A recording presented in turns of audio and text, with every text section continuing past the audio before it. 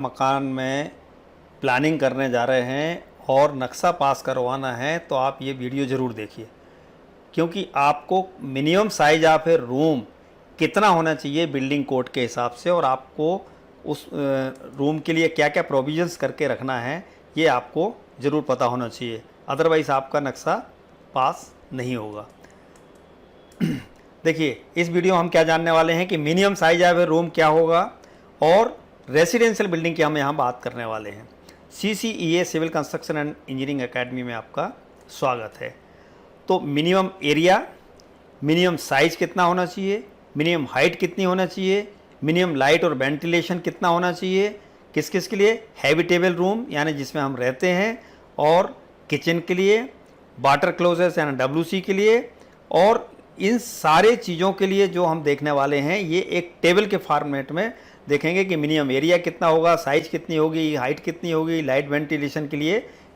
क्या क्या अरेंजमेंट होना चाहिए। तो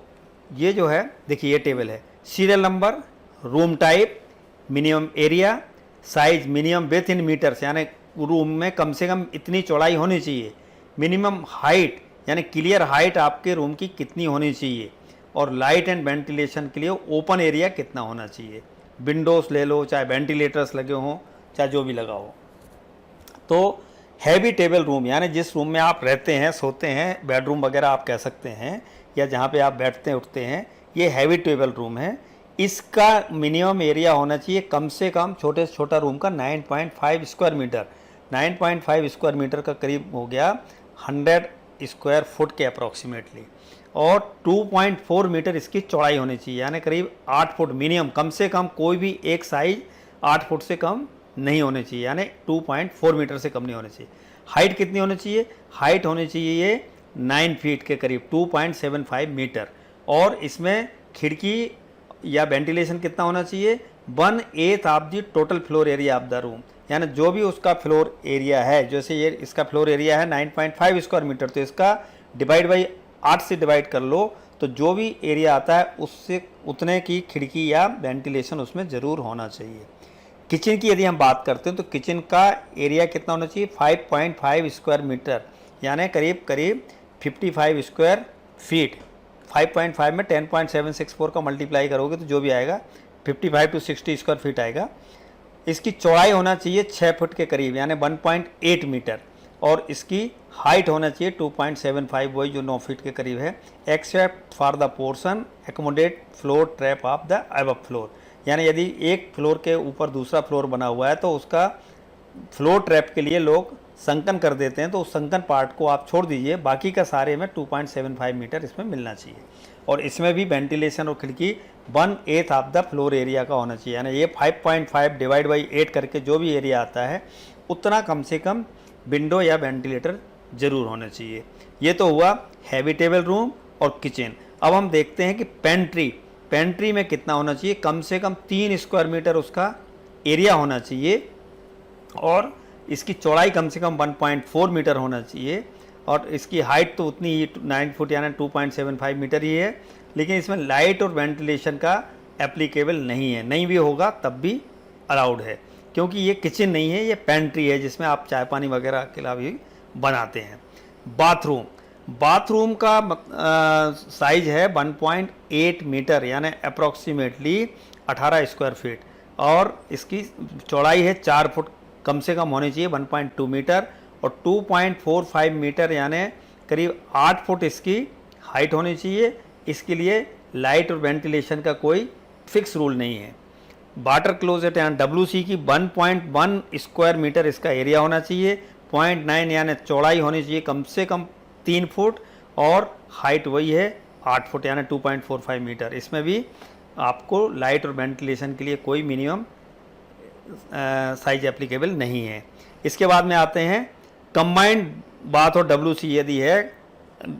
बाथ और WC अलग अलग था तो उसके लिए हमने बात कर ली। अब WC और बाथ यदि कंबाइन है तो इसका 2.8 स्क्वायर मीटर एरिया होना चाहिए, चौड़ाई उतनी है 1.2 मीटर, और हाइट उतनी है 8 फीट, और इसका 0.3 square metre on wall not less than 0.3 metre wide, यानी 0.3 स्क्वायर मीटर का कम से कम विंडो और वेंटिलेशन होना चाहिए, विंडो या वेंटिलेशन होना चाहिए, और 0.3 मीटर यानी 1 फुट की चौड़ाई से कम नहीं होना चाहिए वो, और 0.3 स्क्वायर मीटर में होना चाहिए। स्टोर यदि है तो इसमें कोई रिस्ट्रिक्शन है कोई साइज का, ना चौड़ाई का ना एरिया का, लेकिन इसकी हाइट कम से कम 7 फुट यानी 2.1 मीटर होना चाहिए। वेंटिलेशन और उसकी लाइट की कोई खास रिक्वायरमेंट नहीं है। गैराज है तो 1.1 मीटर आपका कम से कम एरिया हो, चौड़ाई इसकी 3 फुट यानी 0.9 मीटर हो, और हाइट इसकी 8 फुट यानी 2.45 मीटर हो, और इसके लिए लाइट और वेंटिलेशन का कोई मिनिमम रिक्वायरमेंट एप्लीकेबल नहीं है, वो आपकी रिक्वायरमेंट और सुविधा के हिसाब से है। तो ये था हमारा डिफरेंट रूम्स की एरिया, हाइट और साइज, मिनिमम ब्रेथ। अब हैबिटेबल रूम में बिल्डिंग कोड में एक चीज़ और एप्लीकेबल है कि इन केस आप group housing scheme, group housing का मतलब मल्टी स्टोरीड बिल्डिंग्स जो होती हैं बहुत सारी, dwelling unit having more than 1 room may have 1 of the rooms with a clear floor area not less than 7.5 square metre, यानी वहाँ 9.5 की जगह 7.5 स्क्वायर मीटर का एक रूम हो सकता है, यदि एक से ज़्यादा रूम उसमें हों आपके फ्लैट में। तो क्या होगा कि हम एक रूम को 7.5 स्क्वायर मीटर अलाउ कर सकते हैं, लेकिन उसकी चौड़ाई 2.4 मीटर से कम नहीं होगी। इसी तरह से इन केस आप एयर कंडीशन रूम, यदि रूम में एयर कंडीशन है तो हाइट उसकी 2.4 मीटर मिनिमम होगी, सरफेस ऑफ द फ्लोर की lowest point of the air condition, यानी 8 फुट तो मिनिमम मिलना ही चाहिए एयर कंडीशन का बॉटम आपके फ्लोर से। इसी तरह से all doors and windows shall open directly or through a veranda or to a permanent open space are to an open space abutting the building not less than 1.8 metre in width, यानी सारे दरवाजे खिड़की जो आपके खुल रहे हैं वो कम से कम 1.8 यानी 6 फुट की चौड़ाई के बरामदा या गली में खुलने ही चाहिए। इसी तरह से no portion of a room shall be assume to be lighted, यानी कोई भी कमरे का हिस्सा ये लाइट ये नहीं माना जाएगा कि उसमें रोशनी आ रही है पर्याप्त, यदि वो 3 मीटर से ज़्यादा गहरा होगा या ज़्यादा बड़ा होगा तो। इसी तरह से किचन में आपको in case there is a separate store, यदि किचन में आपका किचन अलग है और स्टोर अलग है तो floor area of the kitchen कम कर सकते हैं आप, 4.5 स्क्वायर मीटर भी कर सकते हैं। इसी तरह से in case of house constructed on plots up to 100 square metre, यदि 100 स्क्वायर मीटर तक का प्लाट है तो उसमें आप यदि मकान बना रहे हैं तो size of the kitchen shall be reduce to 3.8 square metre. तो अब जो है ना यहाँ पे आप 3.8 स्क्वायर मीटर तक का किचन भी अलाउड है, यानी छोटा किचन इसमें अलाउड हो जाएगा।